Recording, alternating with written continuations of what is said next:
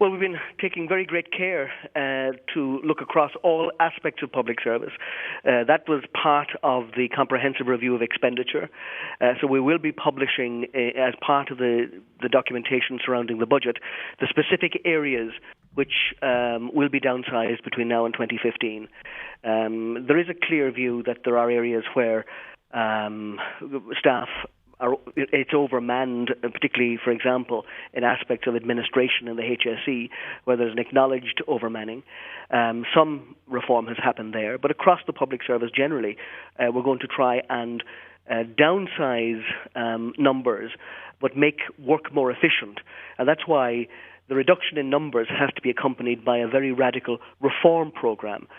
We have established in this department an office to drive reform, to bring public services closer to the citizen, to enable new technologies to drive change, to empower people, basically, to get services more readily. And as the private sector has done, to do more with less, do it more efficiently and in a more cost-effective way. We'll come back to your plans there to reform using technology, because that, I have to say, fills me with a little bit of dread based on the experiences we've had in this country. But are you able to give a commitment now, Minister, that we are not going to see frontline staff, the likes of the nurses, the guards, members of the Defence Forces, are they not going to be disproportionately hit from that list of 23,500?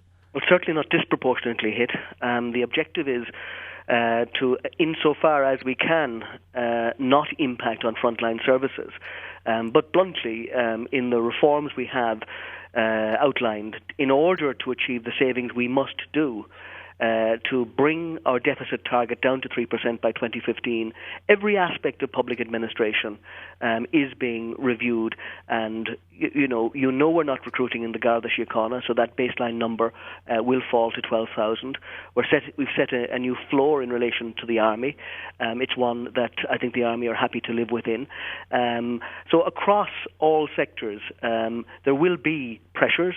It's a challenge to public servants, a challenge that they have met right now, and the Croke Park infrastructure allows us to redeploy to areas of greatest need, to ensure that we reprioritise, don't do things we don't need to do, and do the things we need to do better.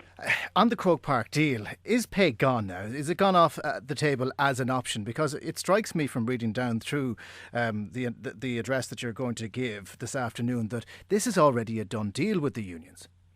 Well, the bottom line, obviously, we've tried to bring all aspects of the public service and their representatives with us along this journey of reform. It will be enormous change. And we need to have buy-in at every level, because we need to provide public servants from the bottom up. And this is a bottom-up approach. We need to have buy-in to this programme.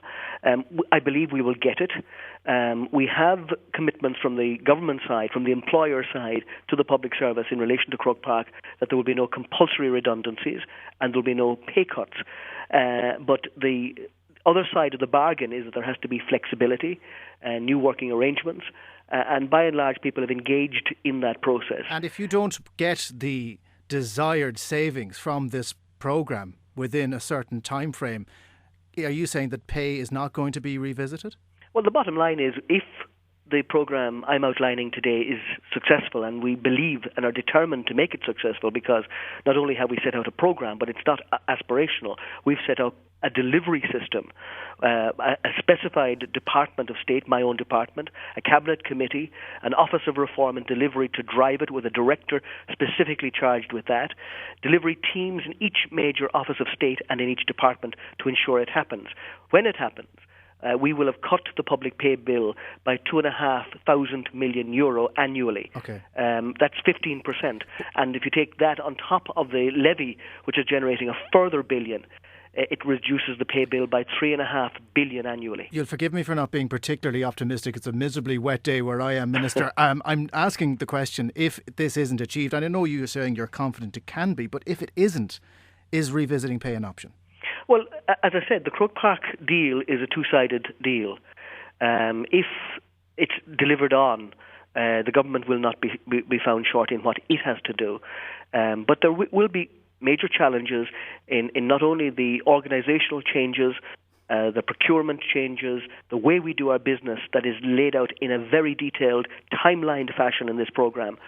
But also there are CRE implications for every public servant that are things that will flow from the comprehensive review of expenditure across local government, across education, across healthcare, that we all as citizens have a stake in ensuring that we have the best, the most efficient public service that we can get, and we're determined that this economic crisis that the country is facing can be used to the advantage to make reforms and changes that any public service across the world would want to put in place in any event. I'm going to take from that, Minister, that if the unions don't play their part under the Croke Park deal, then pay could be reconsidered. I want to talk about quangos because on the list today we're being told that 48 public bodies are going to be rationalised this year, 46 are going to be considered next year. Why not do them all at once? Why are you splitting it over 2 years? Because some of them will require legislation, some of them will require very detailed staff transfers and so on. So we've taken our time in looking at this, but we're determined to act upon them.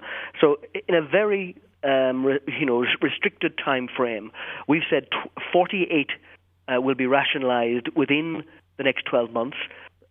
A further 46 are being examined, and that examination will be concluded within 6 months. So there are 94 bodies across the public service that are being critically examined. 48, the exact course is determined. The other 46 will be determined within the next 6 months. So what are we talking about? I know that there was 30 names already on the list, so an extra 18 perhaps in the number for this year. What other quangos, as they would be described, are facing the chop here?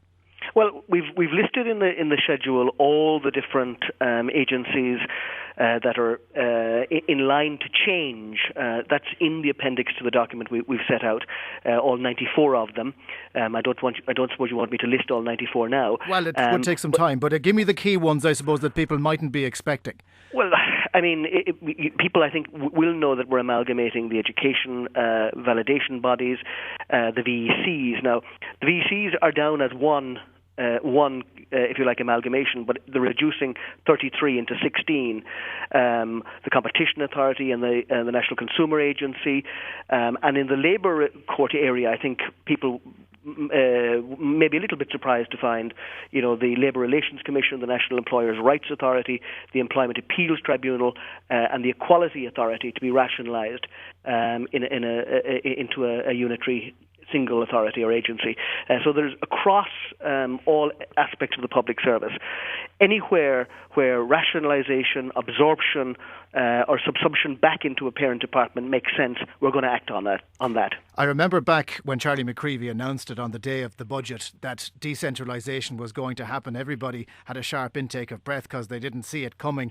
That was back in 2003 when the plan was rolled out. Now that you have decided to cancel it with only 32 projects left in situ, how much money has the state wasted on decentralisation? Well, I think that's a very good question and might be an appropriate body of work for an Oireachtas committee.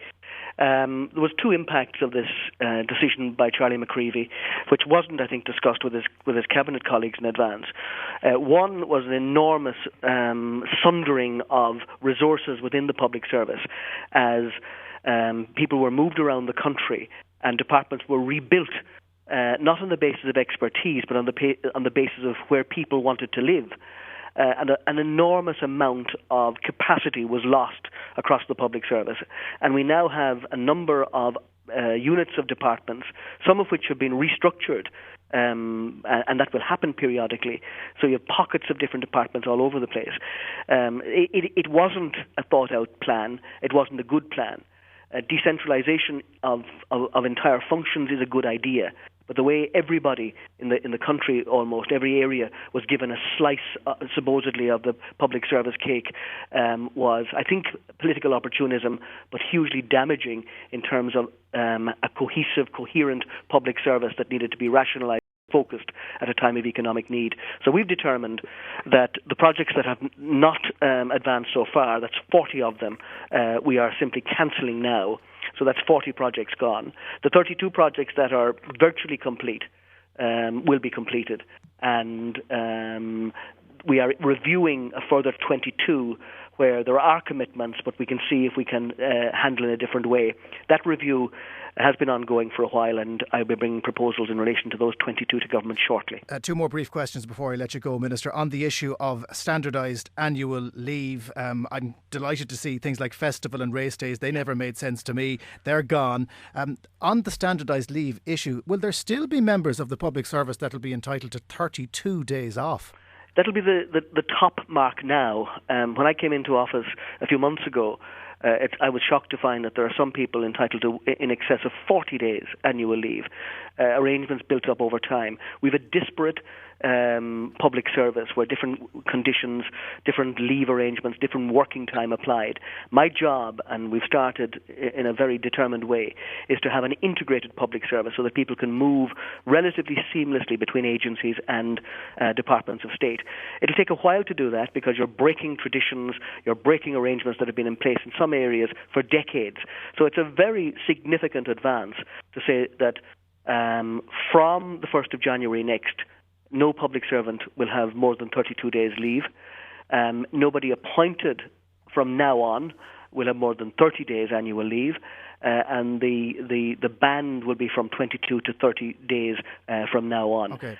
We need to reform in a whole lot of other ways, but this is a significant step along the way to a coherent, integrated public service. I'm just curious as to why you set the bar at 32. I mean, appreciate 40 plus is ridiculous. Many people in the private sector would say 30 plus is ridiculous. They're entitled to 20 days and that's it. And there was an opportunity there for you to be tougher and you didn't do it. Well,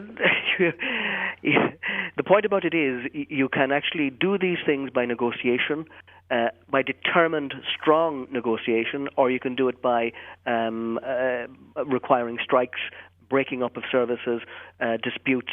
We need cooperation in a reform agenda that is unprecedented. I'm hoping to bring public servants with us on that. We're not going to change services and patterns of behaviour that have built up over decades in short 8 or 9 months. But at the end of the term here, with a department of reform, driving reform, I think you will have a refreshed, focused, invigorated, downscaled public service in place by the time this term of office is over. Well, they'll still be refreshed after 32 days holidays, I'll guarantee you that. Just before I let you go, Minister, on the issue of reform... Not everybody now has 32 days. I know, I appreciate that's to be the fair. top of it, and there's a lot of people on the 22 days. And who are... I'm sure there are people, if you look in broadcasting as well, who have extraordinary leave that wouldn't be reflected by the vast bulk of people in broadcasting. I happily don't fall into that category. Just before I let you go, the public services card, it's a great idea. It's going to ease of access across a range of services. Sounds fantastic. You use IT to go out and to develop better systems for staff and people. The one thing that's ringing alarm bells in the back of my head is, could this be another PPARS and we're pouring a lot of money into a system that just won't work? Well, we shouldn't be afraid of technology just because we had in past administrations bad experiences. If you look at any successful company, they use and embrace new technologies all the time. The state has to do that, but in a controlled and measured way. I'm determined we're not going to make the mistakes of the past. I know that there are a lot of companies wanting to sell ideas to my department and to the government right now, and we take our time in developing ones that work well. So, we're not going to be Luddite in this. We want to be clear in and determined in what we do and do it well. And certainly the embracing of technology will be part of that. OK. Minister for Public Expenditure and Reform, Brendan Howlin, thanks for talking to us on News Talk Lunchtime. You're welcome indeed. Bye-bye.